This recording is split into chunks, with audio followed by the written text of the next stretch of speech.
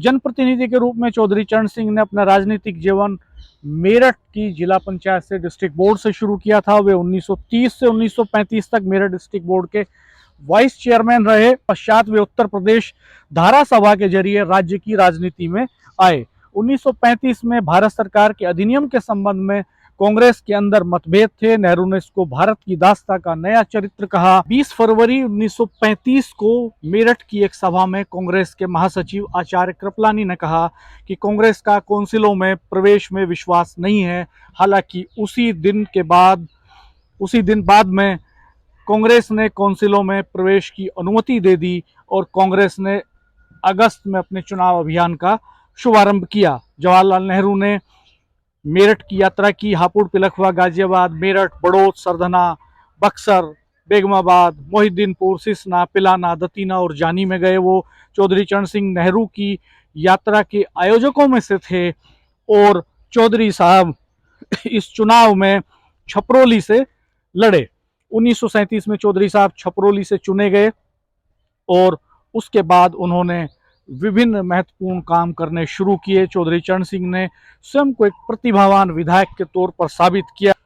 चौधरी चरण सिंह ने 1937 में चुने जाने के बाद, छपरोली से चुने जाने के बाद UP agricultural market produce bill रखा, जिसको पास किया गया, जो एक्सेप्ट किया गया और उस समय के हिंदुस्तान टाइम्स में ये पब्लिश हुआ। इसी के बाद चौधरी चरण सिंह का एक विधायक के तौर पर लोहा माना जाने लगा।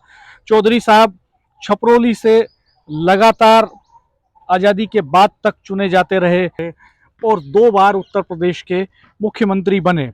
चौधरी चरण सिंह मार्च 1977 से 1978 तक जनता पार्टी के राज में देश के गृह मंत्री रहे। इस दौरान वो पार्लियामेंट में बागपत लोकसभा सीट का प्रतिनिधित्व करते रहे। चौधरी साहब और नेहरू जी के बीच विभिन्न नीतियों पर गहरा मतभेद था। उन्हें नेहरू की सहकारी नीति से चौधरी साहब को नेहरू की सहकारी खेती की नीति पसंद नहीं थी और इनका उन्होंने पुरजोर तौर पर विरोध भी किया था। इस थीसिस में डॉक्टर सांगवान ने बताया है कि किस तरह से चौधरी साहब ने यूपी में मुख्यमंत्री रहते, रेवेन्यू मिनिस्टर रहते, किस तरह से लैंड रिफॉर्म्स किए, किस तरह से पुलिस भर्ती में पारदर्शिता की, किस तरह से लेखपालों के, पटवारियों के आतंक से यहाँ के किसानों को मुक्त कराया, किस तरह से वो चकबंदी लेकर आए और फिर जब चौधरी साहब केंद्र में थे तो उन्होंने किस तरह की नीतियों का पालन किया। डॉक्टर सांगवान ने इस थीसिस में बहुत सारे रेफरेंस भी कोट किए हैं। लगभग 500 से ज़्यादा साहित्यिक पुस्तकें, शोध पत्र हैं जिनका जिक्र उन्होंने इस थीसिस में किया है और ये एक बहुत ही गहन शोध है।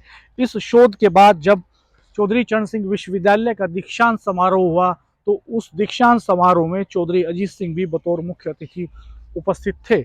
इस शोध के बाद डॉक्टर राजकुमार सांगवान की आस्था चौधरी चरण सिंह और उनकी नीतियों में और गहरी होती चली गई और वो पिछले लगभग 40-42 सालों से अनवरत, बिना रुके, बिना थके, ग्रास रूट पर चौधरी साहब की तरह ही उनकी नीतियों के बारे में किसानों को बता रहे हैं, आंदोलनों में शरीक हो रहे हैं, गांव-गांव जाकर लोगों से मिलते हैं और सादगी का जीवन जीते हैं। जिस तरह से चौधरी साहब ने अपने जीवन में अर्थोपार्जन नहीं किया, जिस तरह से उन्होंने अपने लिए कुछ नहीं किया, पूरी ज़िंदगी किसानों के लिए जी, उसी तरह से डॉक्टर राजकुमार सांगवान ने भी पिछले 40-42 सालों में निजी संपत्ति अर्जित करने के बजाय लोगों के काम करने में ही सारा समय लगाया। वो लगातार इस बीच में मेरठ कमिश्नरी पर, ऊर्जा निगम और दूसरे संबंधित विभागों के दफ्तरों पर प्रदर्शन करते हुए देखे जाते रहे। इस बीच अखबारों में उनकी इन गतिविधियों की खबरें भी खूब प्रकाशित होती रहीं। वो अलग अलग इलाकों से किसानों को लामबंद करके मेरठ कमिश्नरी तक लाने में जुटे रहे और सत्ता पर दबाव बनाने की कोशिश लगातार करते रहे। एफआरपी का मुद्दा, जब केंद्र सरकार ने उत्तर प्रदेश सरकार का गन्ने का समर्थित मूल्य घोषित करने का अधिकार छीन लिया तो डॉक्टर सांगवान ने पूरे पश्चिम उत्तर प्रदेश के गांव-गांवों में घूमकर लामबंदी की और उस समय चौधरी अजीत सिंह जी की अगुवाई में मेरठ में पंचायत हुई जिसमें भारी संख्या में किसान जुटे और फिर दिल्ली में एक बड़ा प्रदर्शन हुआ। इस प्रदर्शन के बाद ही केंद्र सरकार बैकफुट पर आई और एफआरपी के बजाय उत्तर प्रदेश सरकार को भी गन्ने का भाव तय करने का अधिकार मिला। इस तरह से चौधरी चरण सिंह की तरह ही उनका शिष्टाचार, उनकी तरह ही ईमानदारी, उनकी तरह की जीवन शैली को अपनाते हुए एक सामान्य कार्यकर्ता धीरे धीरे पिछले 40-42 सालों से लगातार पार्टी संगठन के लिए काम करता रहा और इसका रिवार्ड अब उन्हें टिकट के तौर पर मिला है। उसी सीट से, उसी बागपत सीट से जहां से चौधरी साहब खुद चुने जाते रहे, जहां से चौधरी अजीत सिंह जी चुने जाते रहे और जहां पिछला 2009 का चुनाव जयंत चौधरी ने खुद लड़ा था। ये भी कहा जा रहा है सियासी हलकों में भी और समाज के बीच भी, किसानों के बीच भी ये चर्चा है कि जयंत चौधरी ने बड़े दिल का परिचय दिया है। उन्होंने उस सीट को जिससे उन्हें खुद चुनाव लड़ना था, जिससे उन्हें खुद पार्लियामेंट में जाना था, लोकसभा में जाना था, उस सीट को एक सामान्य कार्यकर्ता को सौंप करके बड़ा संदेश दिया है। ये संदेश कितना काम करेगा, इसकी परीक्षा होना अभी बाकी है और मतदाताओं का कितना प्यार संगवान को मिलता है, चुनाव के नतीजे क्या होते हैं, ये भविष्य के गर्भ में है। लेकिन अगर वो जीत जाते हैं और वो पार्लियामेंट जाते हैं इस सीट से, तो ये भी देखने वाली बात होगी कि वो चौधरी साहब की नीतियों, उनके विचारों को कैसे आगे बढ़ाते हैं, उनके काम को कैसे आगे बढ़ाते हैं।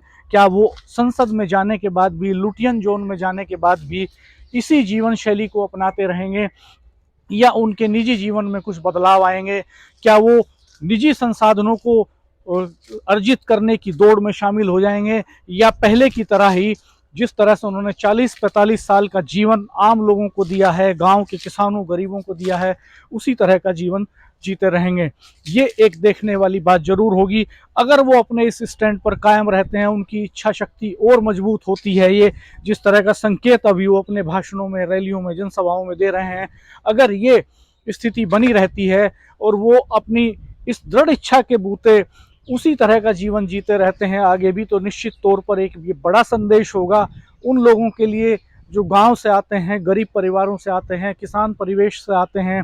उनके सामने एक संकेत, एक मैसेज जरूर होगा, एक आशा की किरण जरूर होगी कि लगातार संघर्ष करते रहने से राजनीति में उनके लिए भी एक ऐसे वक्त में भी कुछ स्पेस जरूर है जब इस देश की राजनीति बाहुबलियों और धनबलियों के शिकंजे में हो, जब अधिकांश सांसद, अधिकांश विधायक उसी बैकग्राउंड से आते हों, तब एक सामान्य कार्यकर्ता का लोकसभा में होना अपने आप में मायने रखता है, अपने आप में एक बेहतर संदेश देता है।